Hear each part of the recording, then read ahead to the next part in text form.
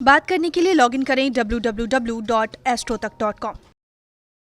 नमस्कार, बहुत स्वागत है आपका। आप देख रहे हैं चाल चक्र और मैं हूं आपके साथ शैलेंद्र पांडे।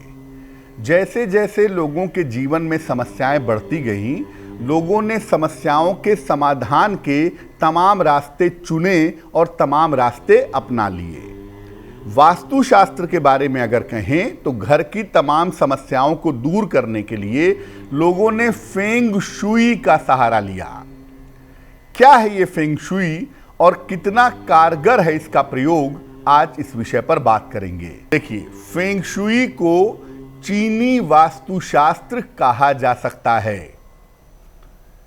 चीनी वास्तुशास्त्र में सकारात्मक ऊर्जा को, पॉजिटिव एनर्जी को ची कहा जाता है और इसमें ची पर जोर दिया जाता है।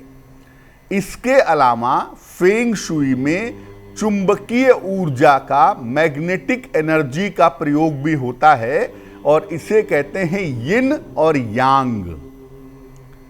फेंग शुई जो काम करती है वो ऊर्जा के नियंत्रण के सिद्धांत पर काम करती है। पॉजिटिव एनर्जी है या निगेटिव एनर्जी है, उसे कैसे कंट्रोल किया जाए, इस सिद्धांत पर फेंग शुई काम करता है।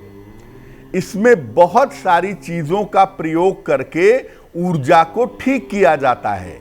फेंग शुई ये मानता है कि किसी व्यक्ति के घर में कहीं पॉजिटिव एनर्जी होती है, कहीं नेगेटिव एनर्जी होती है, तो जहां पॉजिटिव एनर्जी है उसे बढ़ाओ और जहां नेगेटिव एनर्जी है उसे घटाओ। कैसे घटाओ?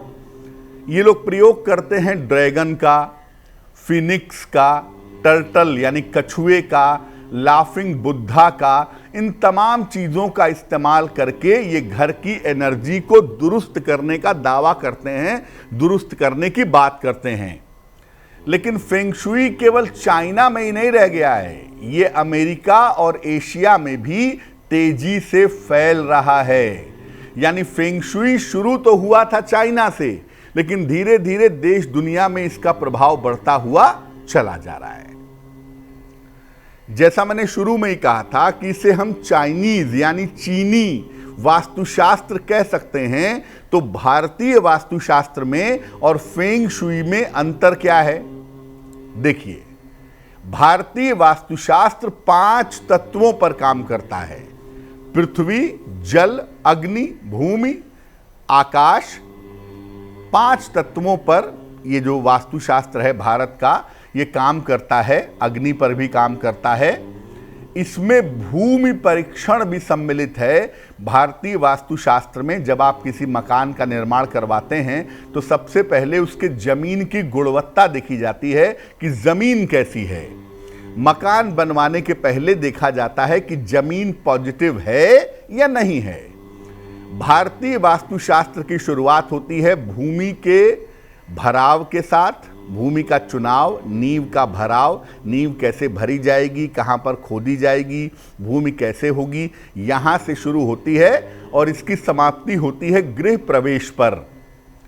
इसमें दिशाओं और ऊर्जा के अलावा सूर्य की रोशनी पर भी काम किया जाता है। एनर्जी का जो सिद्धांत चाइना मानता है, चीन मानता है, हम वो नहीं मानते। हम ज्यादातर मानते हैं कि जो ऊर्जा है वो हर वस्तु से पैदा होती है और सबसे ज्यादा इस दुनिया में ऊर्जा पैदा होती है सूर्य से। तो हम सूर्य की रोशनी पर बहुत काम करते हैं, हम वेंटिलेशन यानी हवा पर बहुत काम करते हैं और उसके हिसाब से हम देखते हैं कि वास्तु सही है या गलत है। और वस्तुओं से ज्यादा परिवर्तन कैसे होगा, रंग कैसा होगा, मंत्र कैसे होंगे, तो वस्तुओं का प्रयोग करते हैं, रंगों का प्रयोग करते हैं और मंत्रों का प्रयोग करते हैं।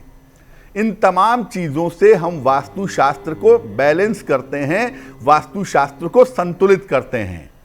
भारतीय वास्तुशास्त्र बड़ा वृहद है, बड़ा ब्राइट है, बहुत बड़ा है और उसमें छोटी से छोटी चीज पर बहुत गंभीरता से, बहुत बारीकी से बात की गई है।